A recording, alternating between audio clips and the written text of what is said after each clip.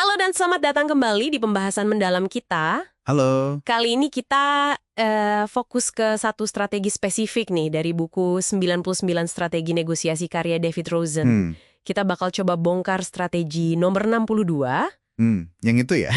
Judulnya cukup, cukup nendang.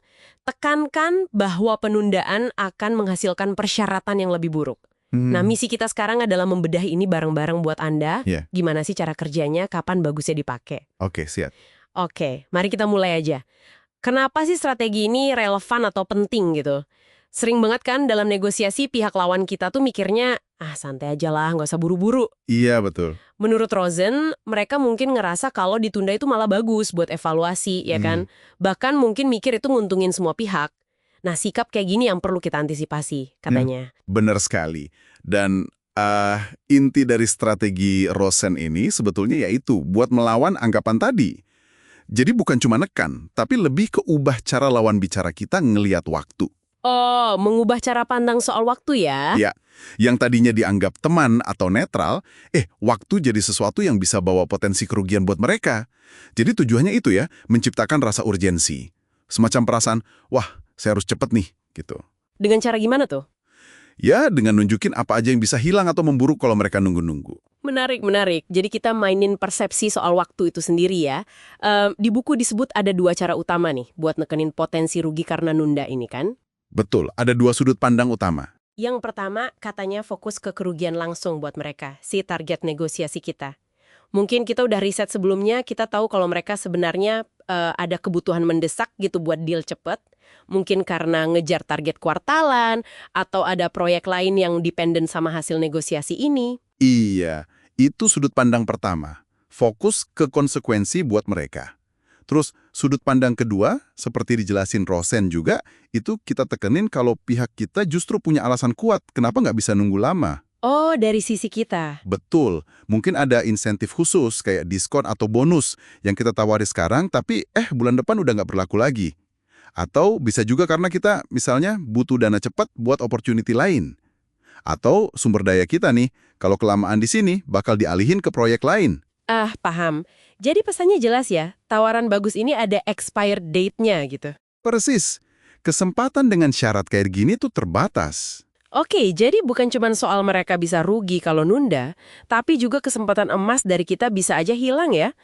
Tapi, ini kan kedengarannya kayak neken banget ya. Apa nggak kayak gertakan aja? Nah, di sini nih yang jadi sangat menarik menurut saya. Gimana tuh? Rosen tuh nekenin banget kalau argumen kita harus sahih, harus punya dasar yang kuat. Bisa dipertanggungjawabkan gitu. Kita harus bisa jelasin kenapa nunda itu rugi, atau kenapa tawaran kita ini nggak bisa selamanya. Nah, itu dia. Misalnya kita bilang, kami bisa kasih diskon X% kalau deal sebelum tanggal Y, soalnya kami perlu tutup buku anggaran. Itu kan alasan yang konkret ya? Betul banget. Kredibilitas itu kuncinya.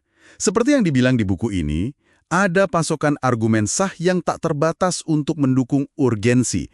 Jadi ini bukan soal ngarang cerita loh. Bukan ngarang ya? Atau apa mereka bakal kehilangan paket bonus dari kita karena kondisi pasar udah keburu berubah. Oke. Jadi jelas ya tujuannya, geser cara pandang lawan bicara dari, nunda nggak apa-apa, aman, jadi, wah kalau nunda saya bisa kehilangan kesempatan terbaik nih. Kita mau mereka ngerasa ada harga yang mesti dibayar kalau nggak cepat ambil keputusan. Tepat sekali. Ada cost of delay yang nyata buat mereka. Jadi, apa nih artinya semua ini buat Anda para pendengar? Ya intinya, kalau Anda paham dan bisa pakai strategi ke-62 ini, Anda jadi punya kendali lebih atas tempo negosiasi.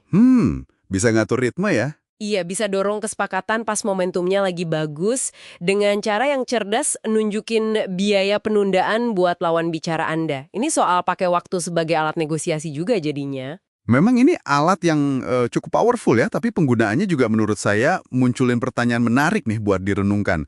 Gimana caranya kita bisa nerapin tekanan waktu ini tanpa, katakanlah, ngerusak hubungan baik atau kepercayaan yang mungkin udah dibangun susah payah? Nah, itu pertanyaan bagus. Etisnya di mana gitu ya? Ya, di mana batasannya? Kapan penekanan urgensi ini justru efektif dan kapan malah bisa jadi bumerang dan bikin negosiasi jadi rusak? Negosiasi yang kayak gimana sih? Strategi menekan pakai waktu ini paling pas. Dan gimana caranya Anda bisa baca situasi gitu. Buat tahu kapan harus pakai dan kapan sebaiknya tahan dulu biar nggak kelihatan maksa atau nggak tulus. Pertanyaan penting untuk dipikirkan sebelum mencoba strategi ini. Betul. Renungkan itu ya. Sampai jumpa lagi di pembahasan mendalam kita berikutnya. Sampai jumpa.